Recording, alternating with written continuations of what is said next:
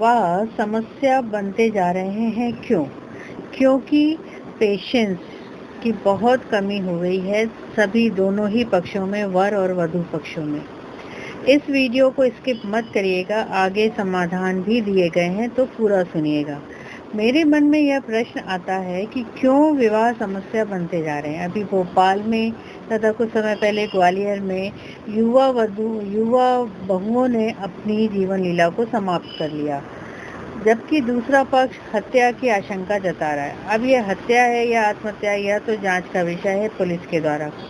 भोपाल मामले में पुलिस की जांच पर लड़की वाले सवाल उठा रहे हैं। सवाल उठाना स्वाभाविक भी है।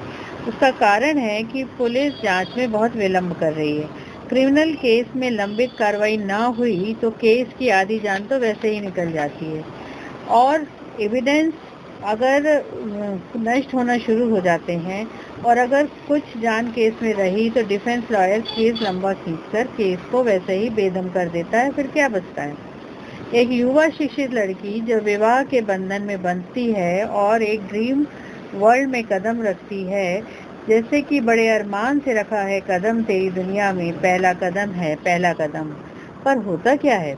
प्रथम ग्रासे भक्षिका पातः, यानी पहला कौर मुंह में लिया और थाली में मक्खी गिर गई, यानी खाना खराब हो जाता है। सास को पति को बहू पहले सोना लगती है, फिर चांदी, फिर पुतली सी और फिर मन से उतर जाती है। देहाती कहावत एकदम सटीक बैठती है। पहले भई सुनवा, फिर भई अपना, फिर भई पुत्री और फिर मन ही मन पुत्री।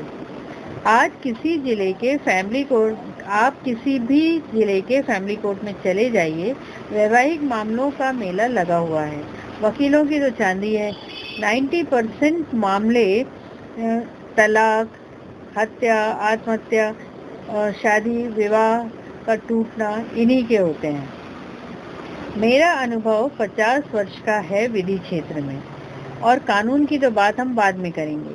पहली सलाह तो यह है कि लड़के एवं लड़की एक दूसरे को समझ लें जब शादी तय होती है। जाति बंधन तो अब रहा नहीं है। ऐसा नहीं है कि लड़के वाले पूरी फौज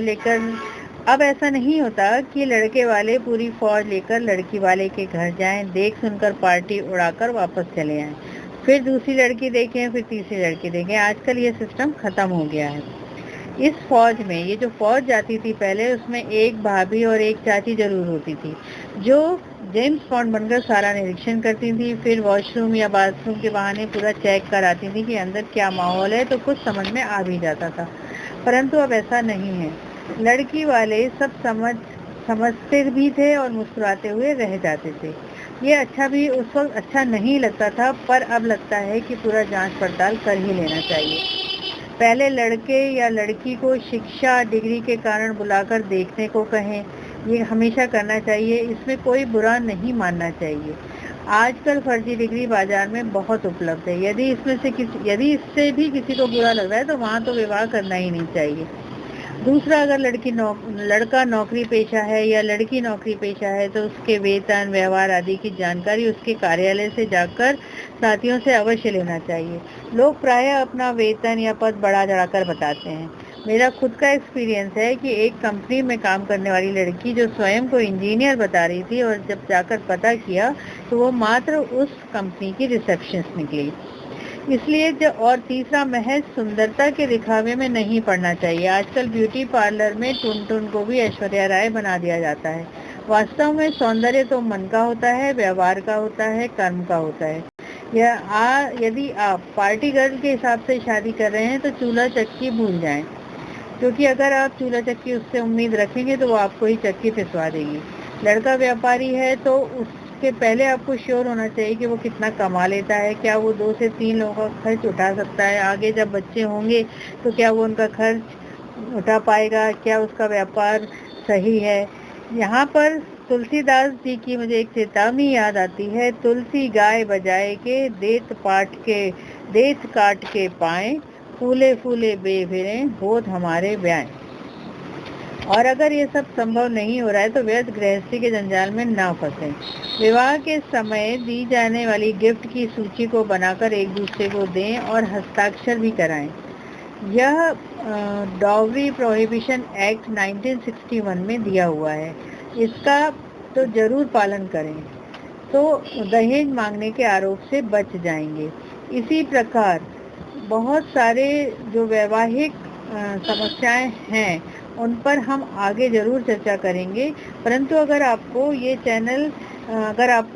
ये वीडियो पसंद आया है तो इस चैनल को समाज हित में लाइक करें और शेयर ज़रूर करें। इतना कष्ट तो अवश्य उठाएं और वैवाहिक समस्याओं से बचें, विवाह सफल हो ऐसी उम्मीद है।